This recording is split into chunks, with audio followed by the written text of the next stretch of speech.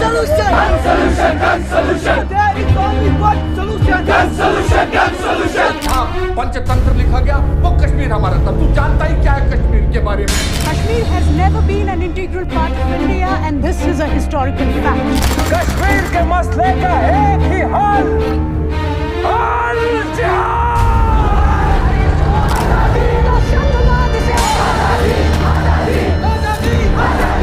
Kashmir Kashmir Kashmir Kashmir Kashmir. India Pakistan ने मिलकर खेला हमसे बॉर्डर बॉर्डर।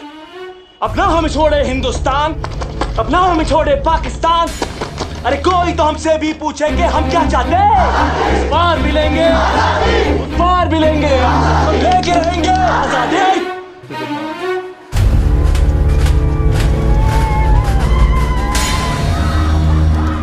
कहानी को शुरू करते हैं 1947 के बंटवारे से। 18th सेंचुरी में ब्रिटिश इंडिया अंग्रेजों के अंडर एक पेच वर्क था, सैकड़ों प्रोविंसेस और शाही रियासतों का। एक सदी के बाद ब्रिटिश डिसाइड करते हैं कि वो इंडिया को छोड़ देंगे। यहाँ से होता है बंटवारा, जिसके नतीजे में दो मुल्क दुनिया के नक्शे में आते हैं, a new Muslim country Pakistan and a Hindu secular country India. ये बंटवारा खून रेज था। Partition was bloody. Communal hatred flares up in the Punjab. 1 million people become refugees overnight. They flee from savagery and butchery that has never been exceeded even in India's storm. अब यहाँ पे कुछ शाही रियासतों को choice दी जाती है कि वो पाकिस्तान और इंडिया में से जिसको चाहे चूज कर लें। ज्यादा केसेस में तो स्टेट्स के जो महाराजा थे उन्होंने अवाम के फैसले को ही तरजीह दी, लेकिन ये स्टेट यानी जम्मू एंड कश्मीर ये अलग थी। ये इसके बॉर्डर पर थी। इसके पॉपुलेशन की मेजोरिटी मुस्लिम्स थी, जबकि इसे रूल करता था एक हिंदू महाराजा। जब कोई साइड चूज करने का वक्त आया तो महाराजा ने इंडिया से इलाक करने का फैसला किया। जब कश्मीर के मुसलमानों को ये खौफ हुआ कि महाराजा तो इंडिया से इलाक करेगा, तो उन्होंने 1947 में यहाँ बगावत कर दी। पाकिस्तान के आर्म ट्राइब्स भी इस लड़ाई में शामिल होते हैं। इस सूरत-ए-हाल के चलते महाराजा ने इंडिया से मिलिट्री हेल्प मांगी और उसके बदले में उनसे इलाक करने का फैसला किया, जहाँ से शुरू हुई फर्स्ट इंडो पाक वार।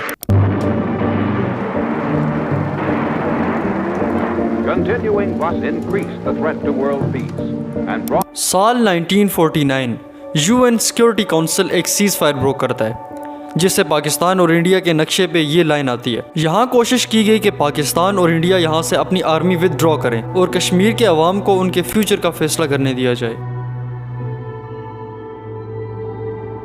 पाकिस्तान की आर्ग्यूमेंट ये थी कि कश्मीर के मुसलमानों की मेजॉरिटी राइटफुली उनसे बिलोंग करती है और इंडिया का मौक़िफ़ ये था कि कश्मीर तो हिंदू महाराजा ने उनके हवाले किया है। इसका रिजल्ट ये निकलता है कि ये कश्मीर को अपने कॉन्स्टिट्यूशन में शामिल कर लेते। The vote was never held. I have been born in this conflict and I have to die within this The Kashmir is completely destroyed by India as well as by Pakistan. This is a territorial dispute they call it. They don't need people. दोनों मुल्कों ने वक्त गुजरते अपनी grip को मजबूत किया।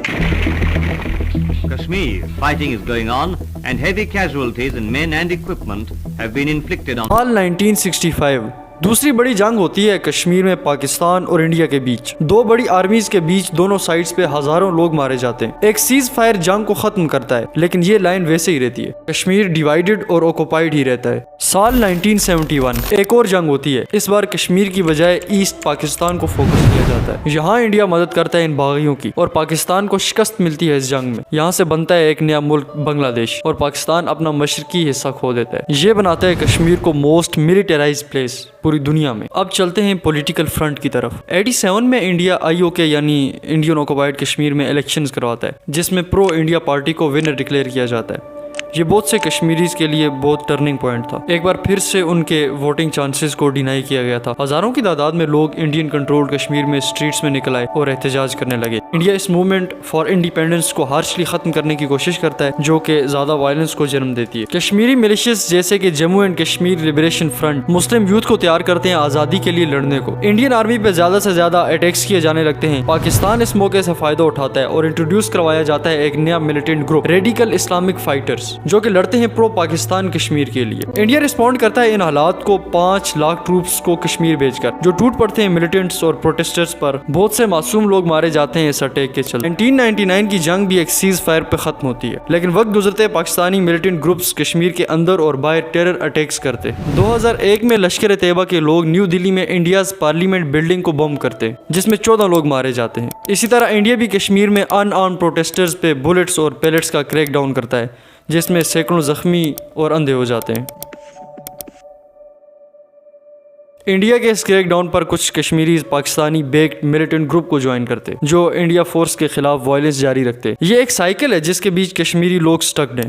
ये लाता है हमें 2019 में। 19 साल का एक सुसाइड बॉम्बर आदिल अहमद डार पुलवामा कश्मीर से बिलोंग करता है। उसके पेरेंट्स के मुताबिक 2016 में इंडियन ऑफिसर्स ने उसे रोका और उसका मुंह जमीन पर रगड़ा। उसी साल एक प्रोटेस्ट में उसकी टांग पे गोली मारी गई थी। अगले साल डार अपना घर छोड़ता है अपने भाइयों के साथ में और ज्वाइन करता है जैश मोहम्मद, एक पाकिस्तानी स्पोर्टेड मिलिशिया जो इसे ट्रेन करती है। एक साल बाद वो सुसाइड बॉम्ब अटैक करता है इंडिया मिलिट्री के एक ग्रुप पर। 70 साल से पाकिस्तान और इंडिया ने वायलेंस, रिटेलिएशन और एक्सप्लॉयटेशन की है कश्मीर में। कश्मीरी चाहते हैं कि उनको चॉइस की फ्री विल दी जाए, लेकिन उनकी चॉइस को वायलेंस से बार बार दबा दिया जाता है।